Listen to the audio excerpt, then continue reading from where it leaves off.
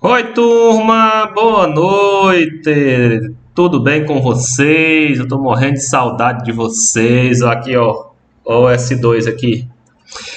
Eu tô morrendo de saudade aí dos nossos encontros presenciais, né? E hoje a gente vai continuar a nossa conversa aqui de forma remota sobre o assunto reanimação cardiopulmonar, né? E para isso, a gente vai falar um pouco aqui sobre as diretrizes da American Heart Association do ano de 2020 para reanimação cardiopulmonar, cuja sigla é RCP, né? Então, essa instituição, né, essa Associação Americana, né, do Coração ou de Cardiologia, essa instituição ela reúne os principais estudos aí de cardiologia, de RCP, né, a cada 5 anos, eles publicam uma atualização com as diretrizes mais recomendadas, né, sobre como nós devemos fazer a reanimação cardiopulmonar e por quê. Tem só essas diretrizes no mundo? Não, existem diretrizes europeias, existem diretrizes asiáticas, né? Tem uma sociedade no Japão, tem várias, mas aqui a nível de Brasil nós geralmente obedecemos, né, e procuramos trabalhar de acordo com o que vem sendo aprovado e atualizado nessas diretrizes, né? Então o nosso modelo ele segue aí mais ou menos como para muita coisa, né, o padrão americano ou norte-americano em relação à reanimação cardiopulmonar. E é por isso que nós vamos falar sobre este protocolo, né, e sobre a atualização mais recente, que é de 2020, mas também retomando alguns pontos que se mantiveram, né? Ela teve poucas atualizações, na verdade, em relação às outras. A de 2010 foi mais profunda em atualizações, a de 2015 também trouxe algumas, e essa bem menos. Então, o que a gente precisa entender sobre reanimação cardiopulmonar? Primeiramente, o que é, né? Reanimação cardiopulmonar, né? Como o próprio nome já diz, cardio de coração, pulmonar de pulmão. Então, você vai reanimar o que está desanimado, o que parou de funcionar, que é cardiopulmonar, coração e pulmão. Então, essas diretrizes, né, elas foram desenvolvidas para que os profissionais que executam a ressuscitação ou reanimação possam se concentrar na ciência da ressuscitação e nas recomendações das diretrizes mais importantes, né? O que é mais importante sobre isso? Nós vamos já falar mais adiante. Por que é importante a gente se concentrar no que é mais importante e não em tudo? Porque muitas vezes nós não temos tempo. Lembremos que nós estamos lidando aí com um evento que acontece de uma maneira muito rápida e pode levar à morte, né? Na verdade já é a morte, né? Já é a parada de órgãos vitais, de uma forma muito súbita e exige uma intervenção muito rápida para que aquela pessoa venha a ter sobrevida, certo? Ou que resultem em mudanças na prática ou no treinamento da ressuscitação. Então, essas recomendações vêm para que a gente possa se concentrar no que é importante e para que mude-se a prática do treinamento de ressuscitação, que é o que nós estamos fazendo aqui nesses momentos em que nós estamos aprendendo mutuamente, né? Vocês comigo e eu com vocês. As diretrizes se baseiam em um processo internacional de avaliação de evidências envolvendo centenas de cientistas e especialistas em ressuscitação de todo o mundo, que avaliaram, discutiram, debateram milhares de publicações revisadas por pares. Ou seja, gente, o que isso aqui está dizendo? Que essas diretrizes que nós vamos falar aqui, elas não saíram da cabeça de uma pessoa só, não, porque ela quis fazer assim. Não, essas diretrizes elas se baseiam em um processo internacional, centenas de cientistas, especialistas, estudiosos da temática de ressuscitação de todo o mundo, né? Então, do consolidado desses estudos, né, com as melhores evidências, que saíram essas recomendações que nós estamos discutindo aqui, certo? Em 2020, né, atualizou-se aí a cadeia de sobrevivência, né, e aí nós temos, no caso aqui, na primeira sigla, a PCR intra-hospitalar, né, PCR-IH, e a PCR extra-hospitalar, certo? A PCR extra-hospitalar é o que nós vamos trabalhar aqui na disciplina. A PCR intra-hospitalar é o que vocês vão trabalhar na próxima disciplina de urgência e emergência, né, envolvendo uma assistência mais completa. Qual é a diferença de ter uma parada cardíaca ou cardiorrespiratória na rua e dentro do hospital? Ora, dentro do hospital você já vai ter uma equipe ao seu inteiro dispor, você já vai ter máquinas, equipamentos, né, desfibriladores, drogas, adrenalina, enfim, uma série de drogas, né, que vão poder ser utilizadas, uma equipe capacitada. Então, se algum dia você tiver que ter uma parada cardiorrespiratória, eu particularmente recomendo que você tenha dentro do hospital. Brincadeira, né, gente? Claro que a gente não tem como escolher, né? Mas só entendendo que no ambiente hospitalar você dispõe de muito mais recursos do que no ambiente extra-hospitalar. Então, uma vez que você identifica, né, no ambiente extra-hospitalar uma parada cardiorrespiratória, esse protocolo ele criou essa cadeia de sobrevivência. O que é essa cadeia de sobrevivência? São passos a serem seguidos por nós ao identificarmos essa situação que vão dar sobrevida, vão dar sobrevivência a essa pessoa, né? Vão ter maiores chances daquela pessoa sobreviver.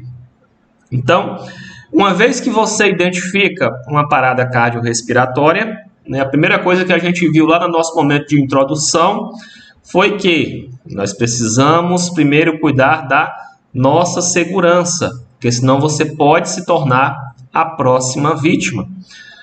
Mas você viu, o ambiente está seguro, né? Isso se aplica não somente à parada cardiorrespiratória, mas a qualquer tipo de assistência de primeiros socorros, é um valor bem universal em relação aos primeiros socorros. E aí, uma vez que você rapidamente avaliou a cena, avaliou o ambiente está seguro, né? A primeira coisa que você precisa fazer, ou que eu preciso fazer ao lidar com uma situação dessa, é acionar o serviço médico de emergência. Então, você aciona o serviço médico. Se tiver mais pessoas próximas de você, você pede para alguém acionar o serviço médico e já passa para o próximo ponto, que é iniciar a RCP de alta qualidade. Como é que nós fazemos uma RCP de alta qualidade? Assunto aí dos próximos slides, já a gente vai falar sobre isso. Providenciar a desfibrilação. Como é que a gente faz a desfibrilação fora do ambiente hospitalar? A desfibrilação é o choque aí, né, que tem que ser dado em algumas situações, em algumas tipologias de parada cardiorrespiratória. No ambiente extra-hospitalar, né, que é o assunto dessa disciplina, existe um equipamentozinho chamado DEA. Né? Esse equipamento nós temos um lá no IFE, né, com seus defeitos, mas a gente consegue visualizar e entender um pouco de como ele funciona. Não são todos os casos de parada cardiorrespiratória que precisam, em que precisa ser realizado a desfibrilação. O aparelho DEA, ele é um desfibrilador externo automático, certo? Ele é conectado ao corpo. Você consegue fazer a reanimação com esse aparelho conectado e, se houver a necessidade de fazer a desfibrilação, o aparelho mesmo te avisa, você só sai de perto um pouco do aparelho e ele vai identificar que o ritmo de parada cardíaca é chocável, precisa de choque, tem necessidade naquela situação e ele vai fazer o choque, né, de uma forma automática. Ele é um desfibrilador externo automático. Se você não possui o DEA, passa para frente, né? Então você vai manter a RCP, você já chamou o serviço de emergência, Não tem o DE, vamos trabalhar com essa hipótese, depois vai chegar a ressuscitação avançada, a ambulância, com a equipe profissional, com as drogas, né? Essa equipe vai dar continuidade à reanimação que você iniciou. Depois eles vão seguir aí para os cuidados pós-PCR, né? Os cuidados após a parada cardíaca, após ser revertida aquela parada cardíaca, né? E vai ter a fase aí, o tempo de recuperação. Então, de acordo com esses estudos, né, essas fases todas seguidas à risca, né, elas aumentam, é o procedimento que mais aumenta a sobrevida das pessoas que têm parada cardiorrespiratória. Claro, a gente sabe que isso é um modelo ideal. O que pode acontecer?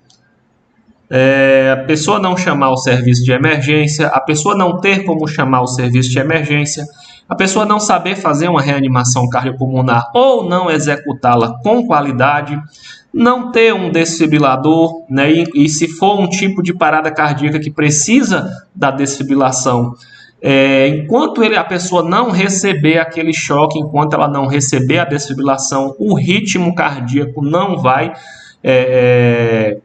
voltar ao normal, né? Então tem a necessidade de haver a desfibrilação. Pode o serviço não chegar, né, a ressuscitação avançada, enfim, existe aí uma série de situações que podem acontecer, mas essa cadeia ela é o ideal, certo? Aqui nós temos as diretrizes, né? Então nós vamos começar a falar sobre elas aí. Essas recomendações existem desde 2010. É que a frequência de compressão mínima é de 100 compressões por minuto. Ou seja, dentro de 1 minuto, você tem que fazer pelo menos, no mínimo, 100 compressões. Imaginem que 1 minuto tem quantos segundos? 60. Então, você vai ter que fazer aí mais ou menos 2 compressões por segundo para atingir essa compressão mínima de 100 por minuto, certo? O número de compressões torácicas aplicadas por minuto durante a RCP é um fator determinante importante do retorno da circulação espontânea e da sobrevivência com boa função neurológica, né? Então vamos parar para entender o que a gente faz no momento da reanimação cardiopulmonar. Houve uma parada cardíaca, o coração ele parou de fazer a sístole e a diástole. Necessária a execução da função de bomba para que ele, na sístole, bombeie o sangue para o corpo. Na diástole, ele se encha de sangue para que ele possa bombear novamente. Então, o nosso coração ele está o tempo todo fazendo sístole e diástole. Se você está aí me ouvindo, o seu coração está fazendo essa mesma coisa. Quando ele para, aí nós temos que propiciar aqui esse retorno da circulação espontânea. Por quê? Porque ela não está mais espontânea. Então, para isso, você vai colocar suas mãos lá sobre o tórax e vai começar a fazer a compressão torácica. Quantas vezes por minuto? Pelo menos 100. Né? Há quem recomende aí entre 100 e 120. Né? Seria mais ou menos essa quantidade para a gente ter uma noção da frequência, né? Da frequência que tem que ser feita, tem que ser realizada, aplicada esse procedimento. Na maioria dos estudos, a aplicação de mais compressões está associada a maiores taxas de sobrevivência, ao passo que a aplicação de menos compressões está associada a uma menor sobrevivência. A aplicação de uma frequência de compressão inadequada ou interrupções frequentes, ou ambas, reduzirão o número total de compressões aplicadas por minuto. Então imaginem, né? O coração parou de funcionar. O coração está batendo, né,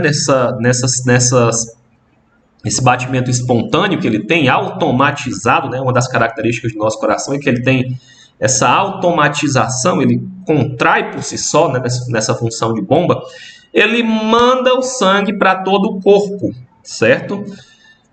inclusive para órgãos vitais. Então, o encéfalo está recebendo sangue. E o que é que tem no sangue? Nós estudamos já nas nossas aulas, né, que ele possui vários componentes, mas aqui nós vamos lembrar de alguns importantíssimos e vitais, que é a glicose e que é o oxigênio. Então, nós somos totalmente dependentes de glicose e oxigênio.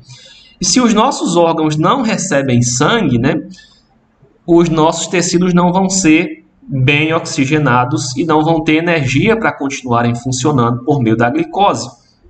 Então, por isso que a gente tem que manter um padrão alto de compressão desse órgão que não está mais batendo, porque senão o sangue ele não vai oxigenar bem os tecidos.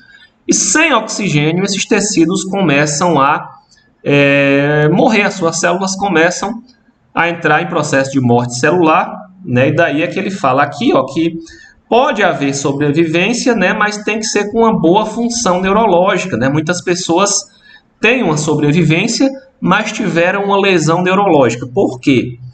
Ou porque ficou um tempo sem um procedimento, ou porque o procedimento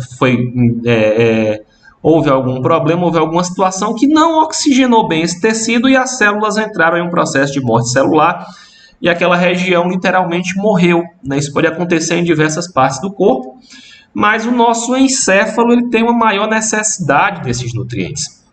Então é por isso que os estudos nos garantem que quanto mais rápido você fizer essa compressão, isso está associado a mais sobrevida, as pessoas sobrevivem mais. E quanto menos rápido você faz, menos você bombeia o coração, menos sangue vai para os órgãos e menos esses órgãos têm sobrevida, né? Então, existe essa recomendação aí de mais ou menos, né, no mínimo 100 por minuto.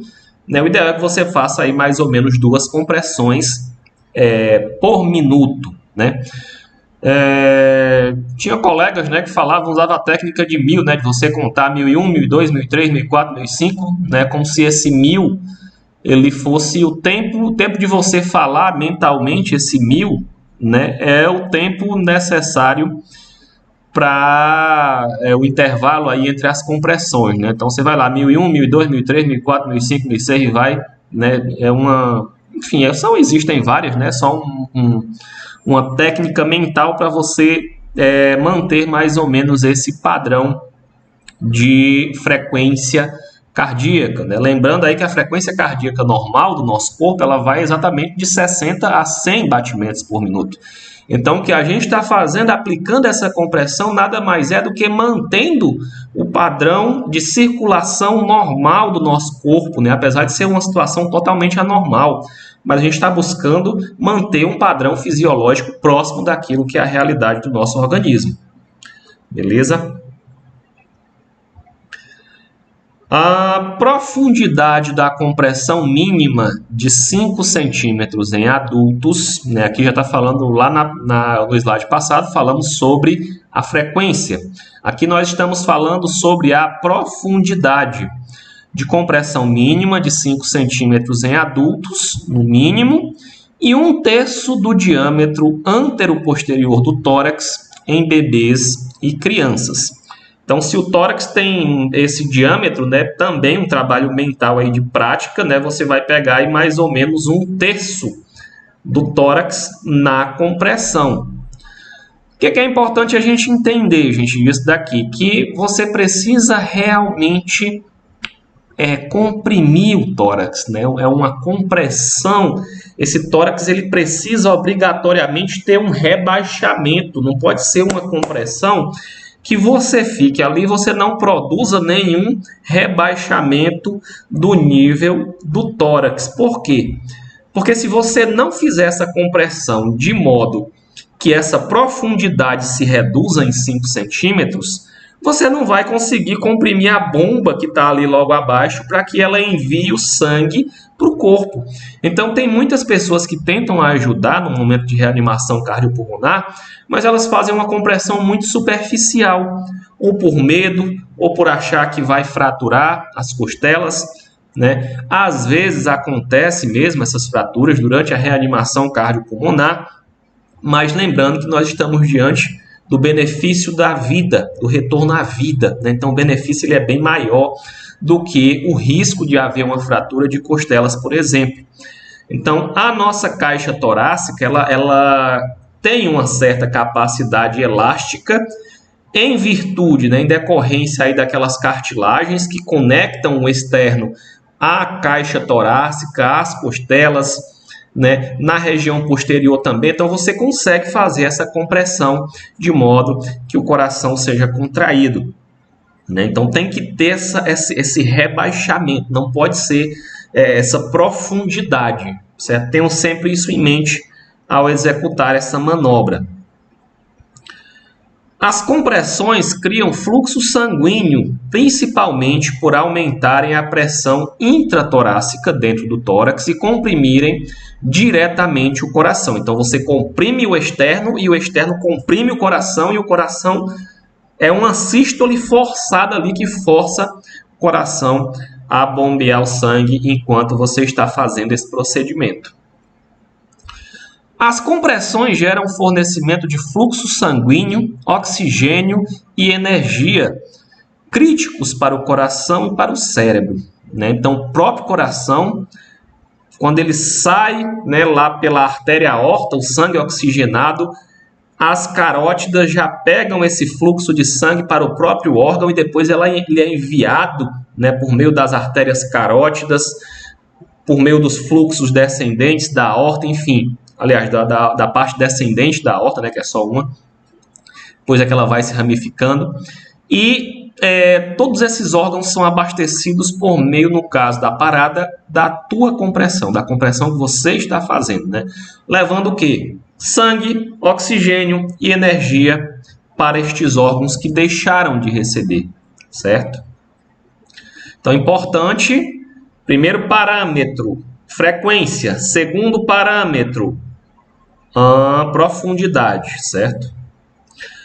Os socorristas muitas vezes não comprimem adequadamente o tórax, apesar das recomendações de comprimir com força, né? É aquela situação que eu já falei. Imagina que se você não tem um conhecimento e uma prática, né, disso, imagina que vocês lidam com uma situação, muitas vezes, com uma pessoa até desconhecida, né, você fica com medo de fazer essa compressão, às vezes de ter ali um posicionamento mais agressivo, né, mas é exatamente isso que tem que ser feito, tem que ser comprimido aí, de modo que você force uma profundidade na região torácica. Aí tem o retorno do tórax, total do tórax após cada compressão, certo? O que é outra coisa que a gente não pode fazer e que a gente, nas nossas aulas práticas, né, a gente, quando começa a praticar, a gente tende muito a fazer. Comprimir e ficar só lá embaixo, né? Então você tem que comprimir e voltar, comprimir e voltar, comprimir e voltar. Não pode comprimir e ficar lá. Por quê? Se você comprime e mantém o tórax rebaixado, aprofundado, você fez a sístole, só que você não dá espaço para o coração se encher de sangue novamente. Então você comprime e você fica só lá embaixo. Você não deixa o coração se encher de sangue para que você possa contrair de novo. Então, você comprime e o tórax tem que voltar à sua posição original antes de você fazer a próxima compressão. Isso também a gente tem que ter muito claro em mente. Por quê? Porque isso também vai nos dar uma compressão, uma RCP de qualidade. Não basta a gente simplesmente fazer qualquer coisa. A gente tem que observar esses parâmetros de qualidade da reanimação cardiopulmonar, certo? Minimização das interrupções nas compressões torácicas, certo? Uma vez que você iniciou, minimizar o mínimo possível, né? Por quê? Porque a cada vez que você interrompe as compressões, aquela pessoa para de receber o fluxo sanguíneo vital nos seus órgãos, certo? Então, minimizar o mínimo possível, né? Reanimação cardiopulmonar é cansativo, né? É um procedimento que é interessante que você esteja revezando com algumas pessoas. No ambiente hospitalar ocorre o revezamento, porque você cansa, é um esforço físico, né? Principalmente se você não está aí com o seu preparo físico muito em dias, né? Essa pandemia, todo mundo deu uma parada aí nos exercícios, né? Tá todo mundo meio que relaxado fisicamente falando, né? Pelo menos a maioria de nós. Então, a reanimação ela cansa, né? Ela é um procedimento que cansa quem está fazendo, mas mesmo assim é importante que a gente busque não interromper e diminuir essas interrupções. Evitar o excesso de ventilação, certo? Nas recomendações de ventilação, né? Existe a recomendação, os ciclos eles abrangem 30 compressões para 30 compressões para 2 ventilações no adulto. Quando você dispõe do AMBU, né? Se você não dispor do AMBU, aí você teria que fazer a respiração boca a boca, né? E aí tem que ver se é uma pessoa conhecida sua, se é alguém da família, se é um desconhecido, né? Na questão da exposição ao risco, né? Se é uma pessoa desconhecida, né? Você não obrigatoriamente vai se expor ao risco, né? Dependendo muito dessa avaliação da situação também naquele local, né? Se você não quiser se expor a esse risco, né? Mas o que é priorizado hoje, nós vamos já falar mais adiante, são as compressões torácicas que salvam muitas vidas, certo?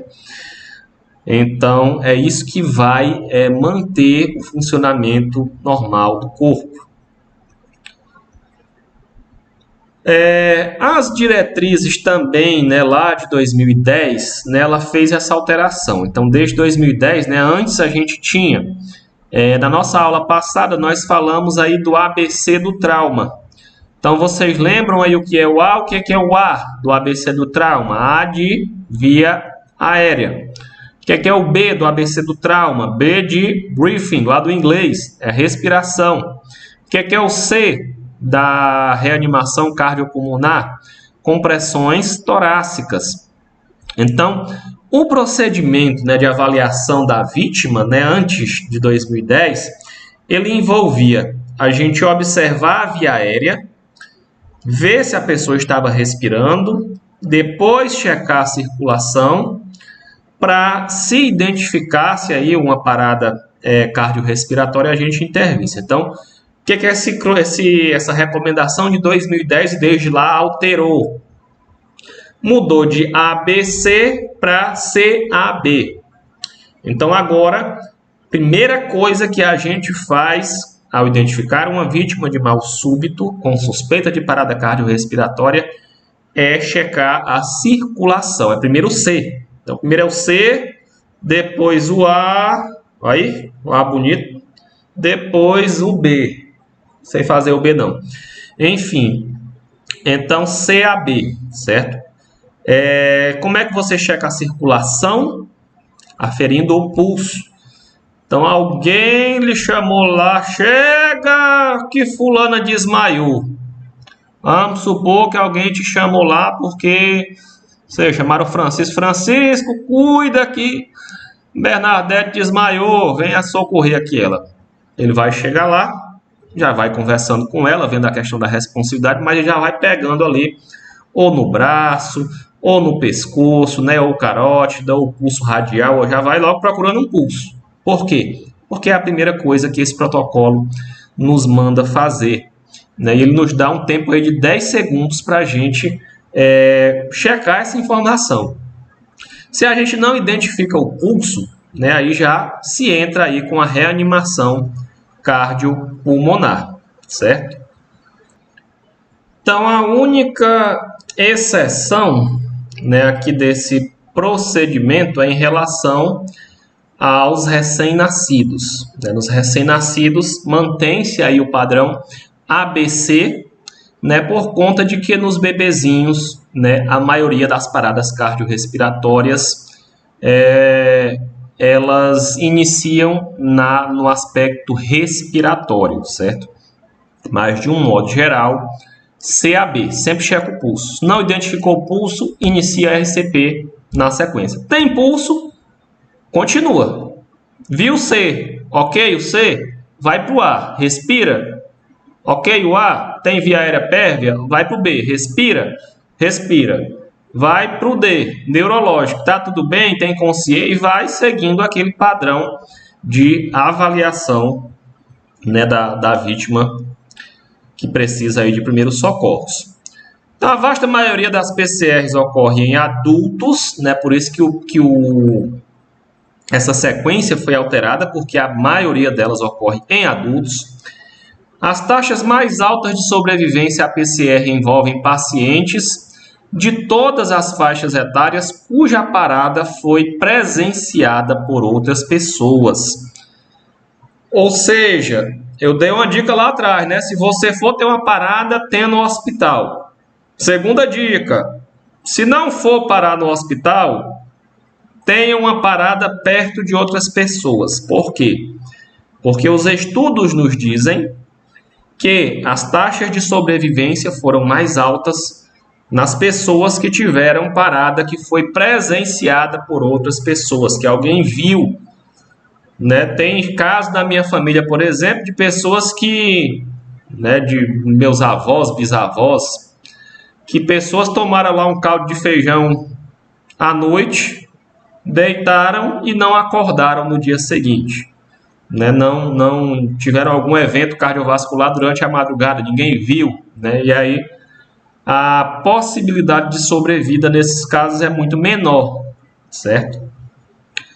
Na sequência ABC, as compressões torácicas muitas vezes são retardadas enquanto o socorrista abre a via aérea para aplicar a respiração boca a boca, recupera um dispositivo de barreira ou reúne e monta o equipamento de ventilação. Então, você montar o AMBU, né, você analisar, abrir, ter aquele procedimento do ver, ouvir, sentir, né, o VOS, fazer tudo aquilo, olhar a via aérea no momento de tensão, pode demorar demais. O pulso, né, ver logo a circulação, é um critério muito rápido e objetivo. Então, você checa ali o pulso rapidamente. Não tem pulso? Meu amigo, se não tem pulso, se o coração não está batendo, você já tem que iniciar urgentemente as manobras de RCP. Então, por isso que houve essa alteração. E houve essa alteração também na sequência, né? Você já inicia o procedimento também no C, também na circulação. O procedimento ele inicia na compressão torácica, certo? Acionamento imediato do serviço de emergência ou de urgência e início da RCP se a vítima não responder, não apresentar respiração ou apresentar respiração anormal, isto é, com gasping, né? Gasping já é sinal aí de baixa oxigenação tecidual, né, no qual é aquela respiração no qual a pessoa está e para.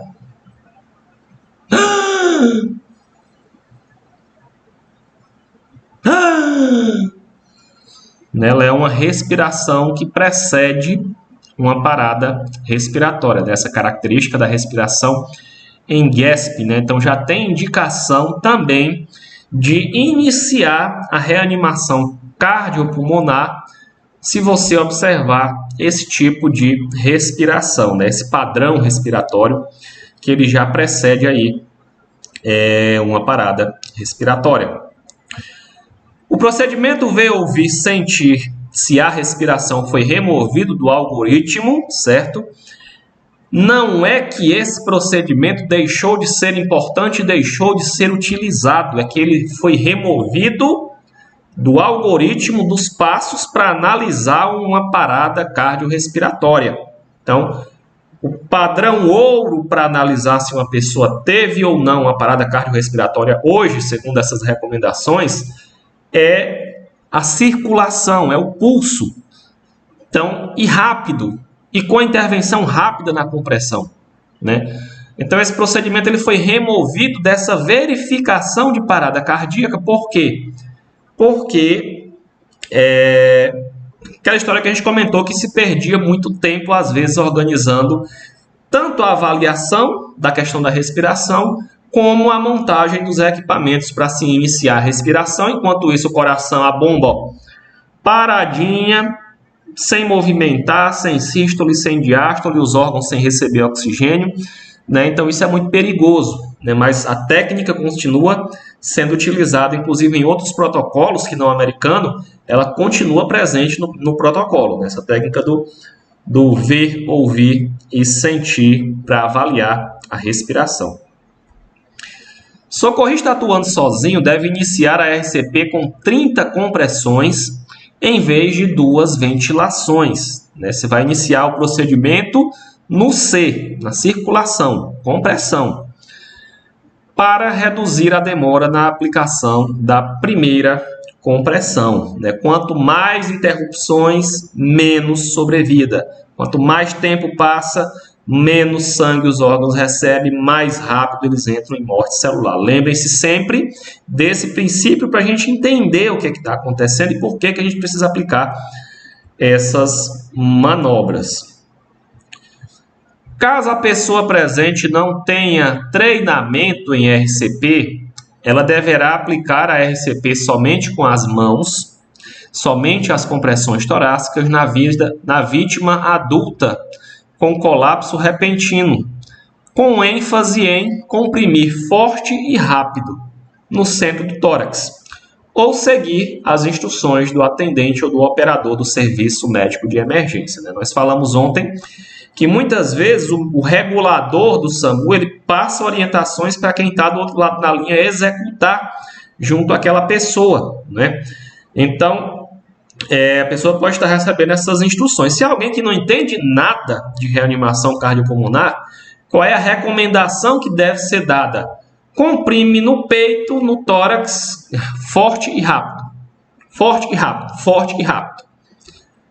E aí a pessoa vai receber aquela informação e o resto está entregue nas mãos de Deus.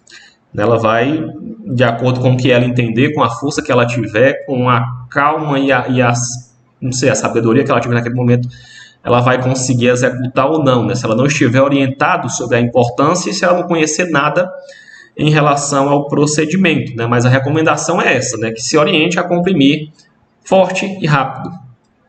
No caso dos leigos. Socorristas leigos treinados devem, no mínimo, aplicar compressões torácicas em vítimas de PCR. Por quê? Né? Por causa disso, porque as compressões vão fornecer o fluxo sanguíneo vital ao coração e ao cérebro. Mas se é um socorrista treinado e capaz, a recomendação é de compressões e ventilações. 30 compressões, 2 ventilações. E os estudos nos dizem o quê? Que a sobrevivência, nesses casos, é maior quando as pessoas presentes fazem alguma tentativa do que naqueles casos que as pessoas não fazem nada. Ou seja, os estudos nos mostram que nas situações que parou alguém, teve uma parada cardíaca, quando alguém tentou fazer alguma coisa, por mais que não tivesse conhecimento algum, por mais que não soubesse muito o que estava fazendo, sobrevive-se mais do que se ninguém fizer nada. Então, mesmo sem ter um conhecimento mais profundo, mesmo sem saber, as pessoas que tentam ajudar aumentam, conseguem, né? Os estudos nos dizem que há aumento da sobrevida nesses casos, né? Quando as pessoas tentaram fazer alguma coisa, tentaram reanimar, tentaram fazer a RCP. Infelizmente, a maioria dos adultos com parada extra-hospitalar não recebe nenhuma manobra de RCP das pessoas presentes. A RCP somente com as mãos, somente a compressão aplicada pelas pessoas presentes, melhora substancialmente a sobrevivência após a PCR extra-hospitalar, em comparações com situações que não recebem nenhuma RCP. Foi isso que nós acabamos aí de falar.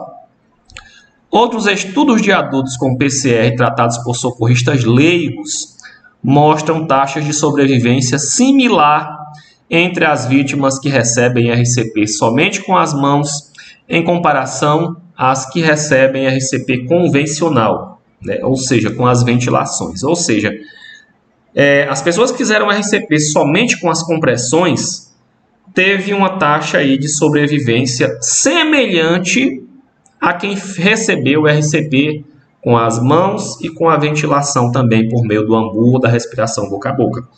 Então, só a compressão torácica, gente, salva vidas e tem e é muito importante, né? Então, a gente precisa ter essa ciência, né? Ter esse conhecimento e algum dia, se for necessário, se precisar, aplicar da forma mais correta RCP de qualidade. Como é um RCP de qualidade? É com todos esses parâmetros aí que nós acabamos de verificar, os parâmetros e os porquês que tem que ser dessa forma, certo? Então, por hoje é só. Um abraço e até a próxima, se Deus quiser.